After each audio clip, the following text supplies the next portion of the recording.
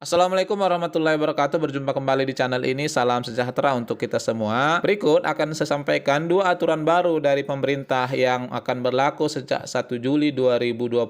Hal mana golongan bawah ini sangat diuntungkan. Namun sebelumnya, kepada Bapak dan Ibu yang baru bergabung di channel ini, saya mengundang Bapak Ibu sekalian untuk menjadi sahabat profesi guru dengan cara subscribe dan aktifkan loncengnya untuk mendapatkan informasi terbaru dari channel ini. Kalau kita perhatikan Bapak Ibu sekalian, adanya reformasi di 2022 ini banyak sekali perubahan yang dilakukan oleh pemerintah. Salah satunya adalah penyesuaian pajak penghasilan yang sebelumnya sudah diperhatikan berdasarkan jumlah pendapatan masing-masing masyarakat. Nah, berikut juga pemerintah berencana menerapkan dua aturan baru yang akan berlaku di 1 Juli nanti. Yang pertama ini adalah tidak ada lagi kelas di BPJS Kesehatan. Iuran BPJS Kesehatan pada bulan Juli mendatang akan menerapkan prinsip gotong royong. Nantinya tidak akan ada lagi kelas 1, 2, dan 3 karena iuran akan disesuaikan dengan besaran gaji. Hal ini diungkapkan oleh anggota Dewan Jaminan Sosial Nasional Bu Asih Eka Putri. Beliau menyebut dengan menerapkan prinsip ini peserta yang penghasilan tinggi akan membayar iuran lebih besar dibandingkan dengan penghasilan rendah. Hal ini tentu saja berpotensi terhadap penyesuaian potongan yang diberlakukan baik untuk ASN maupun untuk masyarakat sendiri. Kalau ASN Bapak Ibu sekalian kita perhatikan selama ini yang diberlakukan adalah 5% dengan 4% itu ditanggung oleh pemerintah dari gaji pokok dan 1% itu dibebankan kepada ASN. Lebih lanjut beliau menyebutkan iuran disesuaikan dengan memperhatikan keadilan dan prinsip asuransi sosial sesuai dengan besar penghasilan. Inilah gotong royong sosial yang diinginkan oleh Undang-Undang SJSN atau Sistem Jaminan Sosial Nasional, kata Bu Asih. Meski besaran iuran BPJS Kesehatan akan berbeda, namun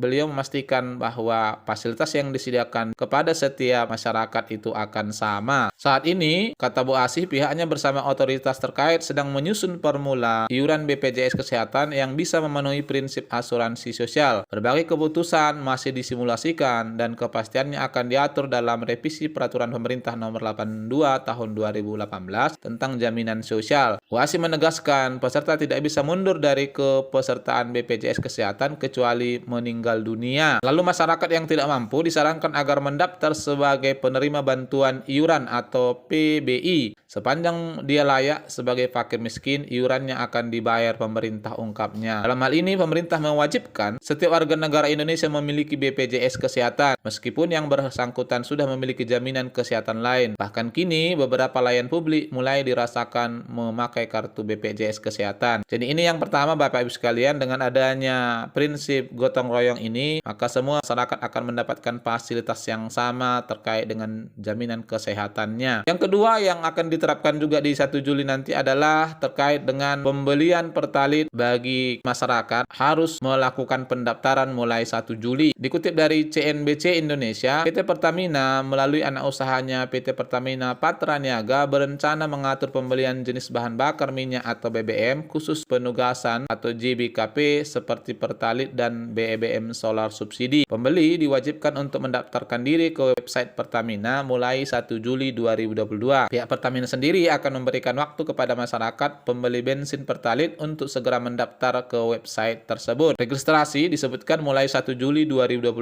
Didata dulu mau daftar pakai handphone, pakai komputer bisa. Kita sambil uji coba ketika mereka sudah registrasi dan akan mengisi BBM pertalit, nanti operator SPBU akan melihat apakah kendaraan tersebut sudah terdaftar di My Pertamina, ungkapnya. Pihak Pertamina mengatakan akan memberikan jangka waktu pendaftaran kepada pembeli BBM penugasan dan subsidi itu. Namun jangkanya ini masih melihat proses di lapangan. Ya bisa saja disebutkan ini 1 bulan atau lebih dari 1 bulan. Dari segi SPBU sendiri, pihak Pertamina juga sudah menyiapkan sistem digitalisasi, di mana kendaraan-kendaraan yang sudah terdaftar nantinya akan masuk ke dalam sistem. Kelak juga SPBU akan memakai Electronic Data Capture atau EDC untuk mengecek nomor kendaraan atau konsumen yang memakai sistem barcode. Hal mana setiap 15 menit nanti sistem barcode-nya berubah, tinggal di-scan dan nanti keluar data nomor polisi dan data lainnya terkait dengan pemilik kendaraan. Kemudian Kepala BPH Migas Bu Erika Retnawati mengatakan bahwa ke depan setiap transaksi pembelian BBM jenis pertalit dan solar subsidi di SPBU akan diintegrasikan dengan My Pertamina. Oleh karena itu, bagi masyarakat yang berhak mengkonsumsi pertalit dan solar subsidi harus melakukan registrasi terlebih dahulu dulu pada sistem aplikasi yang disiapkan. Jadi lebih lanjut ternyata Bapak Ibu sekalian, nanti sistem seperti ini hanya akan berlaku kalau kita telusuri lebih jauh bagi kendaraan roda 4 ya. Kalau untuk roda 2 masih seperti biasa, masih diperkenankan tanpa melakukan registrasi. Salah satu tujuannya adalah untuk memantau ya penggunaan konsumsi BBM di masyarakat. Dijelaskan lebih lanjut, nantinya aplikasi My Pertamina akan meniru sistem registrasi yang terdaftar pada fitur aplikasi